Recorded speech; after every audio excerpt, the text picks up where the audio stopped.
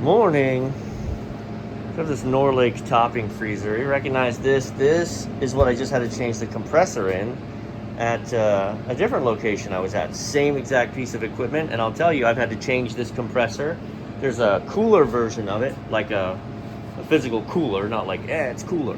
A cooler version of this that I also have had to change 2 compressors in. So these Norlake rail units, they're terrible. Something about them sucks.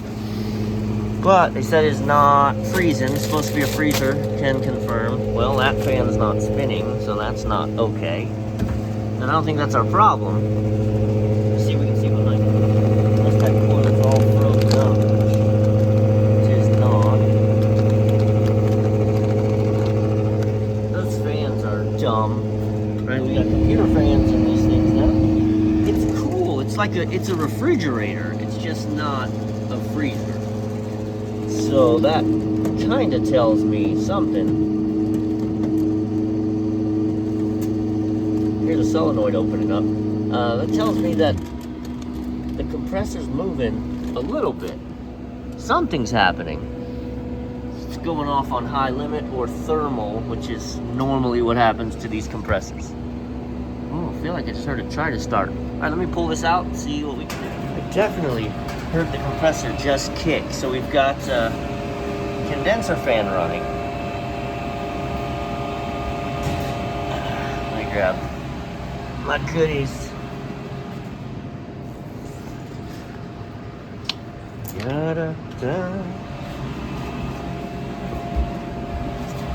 It's cold here again this morning. 32 degrees. Compressor started, compressor stopped. That's great news. I heard the compressor start, which means it's not a start component issue. It's not locked up. So it's running on, it's going off on high pressure or low pressure, both show. Right, the compressor is very hot to the touch.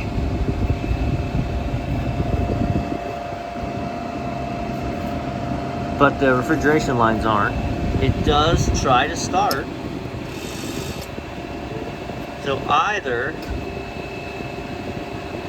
the relay's not dropping out, and so it's shutting off on thermal, that could be. So it energizes with the capacitor and then drops out. And if it's not dropping out, we can put a 3-in-1 on it and see what she does.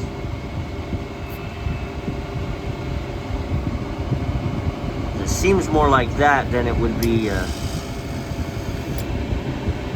yeah, it's that relay. Stand by. All right, I don't normally like show the nitty gritty of the technical, but let's explain this and why it's a problem. So this is the relay. We are the compressor right now, okay? So we are the compressor. This is slid onto the bottom 2 terminals. And where is it? This is slid on to the top terminal. All right, so we are the compressor. So as the terminals go, it's common, start, and run. So let's go to the start. Well, so you got 2 legs of power coming in. One is on this terminal. That terminal powers the run winding. It also runs into the capacitor, which jumps over to the start winding. This common receives the other side, which is the neutral, right? And then this is like a thermal disconnect where it allows the power to go through here and to the common terminal. It's normally closed, and then if it overheats, it opens, right? That's not the problem because it is starting. When a compressor starts like that and then clicks, normally what you have is you've got, the capacitor needs to shock it to get it going. That's a start capacitor. So it's energizing this start winding, and zap, and the unit starts, which it did. Then this relay internally has to drop out, and it severs this connection internally so that we are just running on the run relay, or on the run winding. If both windings are running for any amount of time, you're going to hear that click, and the thermal overload shuts down because electronically it can't handle constantly being zapped by the contactor. by the capacitor. Sorry, early morning. So yeah, these little guys are normally all the problem is. These, not hard start kits, but 3-in-1s, stuck on my shoelace. These 3-in-1s are, if you ever open it up, there's exactly that little relay and capacitor in there. So I cut everything back. Because you got the thermostat energizes these. So when the thermostat's calling, that sends your 120 volts. Here's your power to your fan. So this just gets wired in, one side to everything, one other side to the other side of everything. And then these get connected to the compressor, but this is a trap for sure. That'll get you if you think you can trust people. So give me a second and then we'll talk about that. Okay, this is actually a little bit concerning to me. So there's 3 terminals on the compressor. And generally speaking, the order they're in is common, start, run. I was taught, can she run? Can she run? Can she run?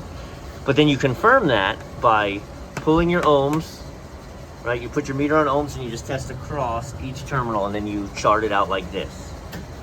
The largest resistance number is going to be your between start and run.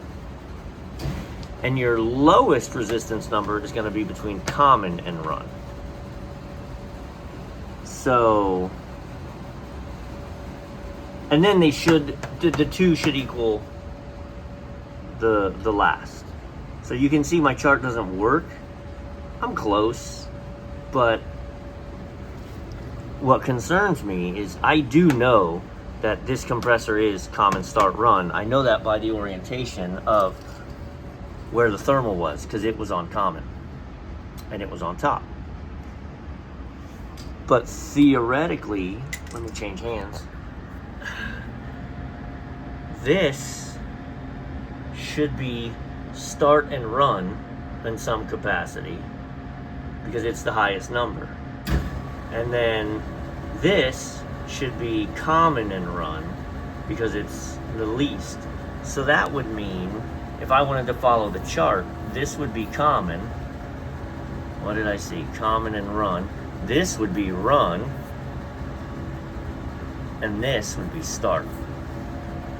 Because if that were the case, my run and start has the highest, and my common and run has the lowest. But that is absolutely not right. It is common, start, run. What does that even mean? I'm not getting good winding readings out of the compressor. Let's hook up the hard start and find out.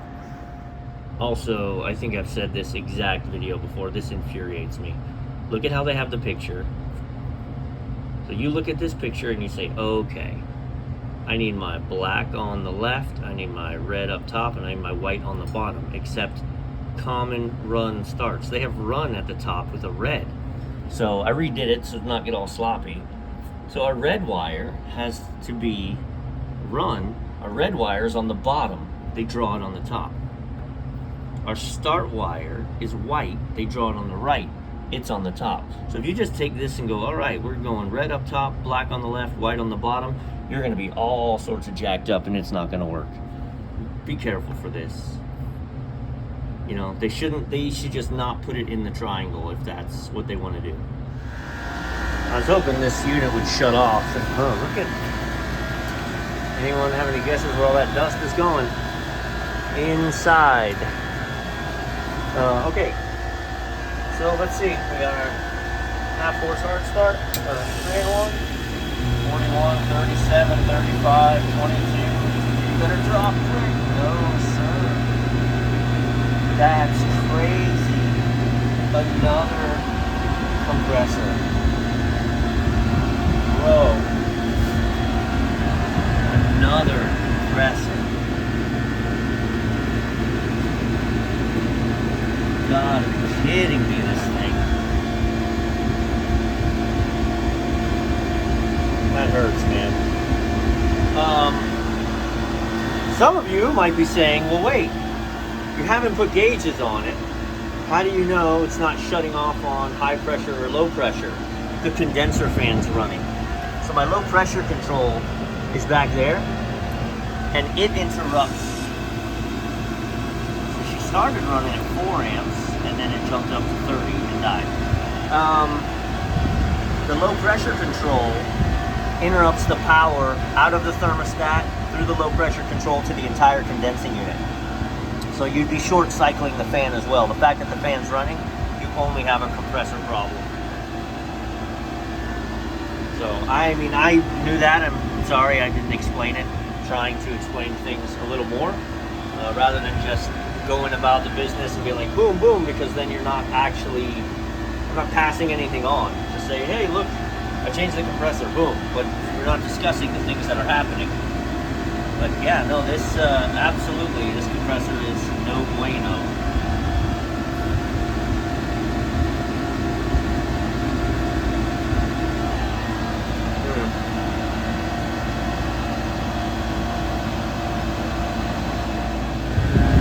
Also, look, they try to hide what it is. All right, so I've sent info to the parts house. See if they have this compressor. I guess I'm changing another freaking compressor.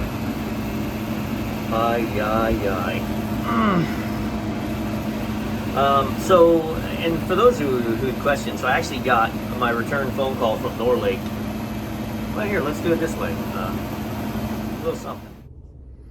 For my buddy Dave, good to see you.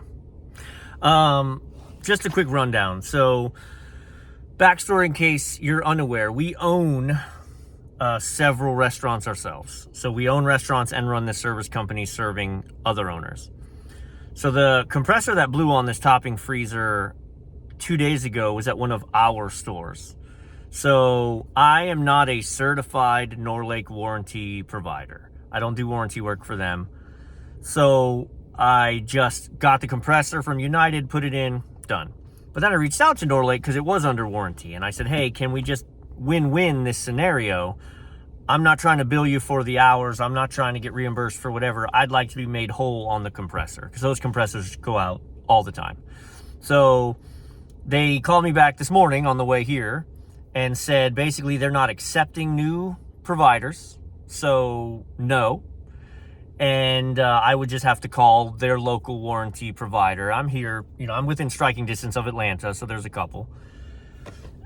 The problem with that is when you call, which play the game, right? So you call and say, hey, this is what I've got. This is the cabinet. The compressor's under warranty, mind you.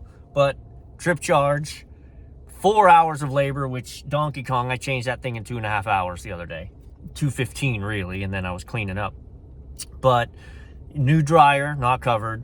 Refrigerant loss, not covered. So you're talking about $1,000 bill to change a compressor under warranty when you don't have to buy the compressor. So it's cheaper for me to go buy the compressor, put it in, just do the work. Well, this restaurant we don't own. So this owner is in the same quandary. He has a compressor that's 100% under warranty, but he really gonna want me to do the work. So either he pays me to buy all the dryer and the Freon and the labor, which is, again, mine is gonna be, less scavenger-like, because I'll get it done. I don't have time for this. I'm get it done, move on to the next thing. And buy a compressor. Or he's got to call Norlake, wait 2 days for somebody to get here, and then pay them to do it under warranty. So the whole warranty system sucks for everybody. It sucks for the owners because it sucks for the technicians. Yeah. Instead of billing out your normal rate, they want to pay you 60%.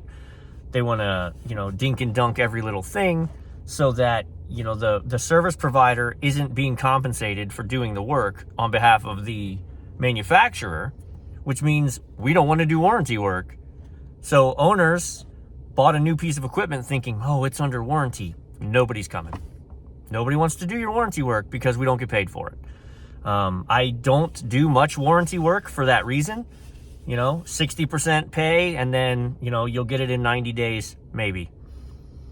So anyway, just wanted to say hi and, see your face. Thank you guys for all of the follows and the comments. I really love the interaction.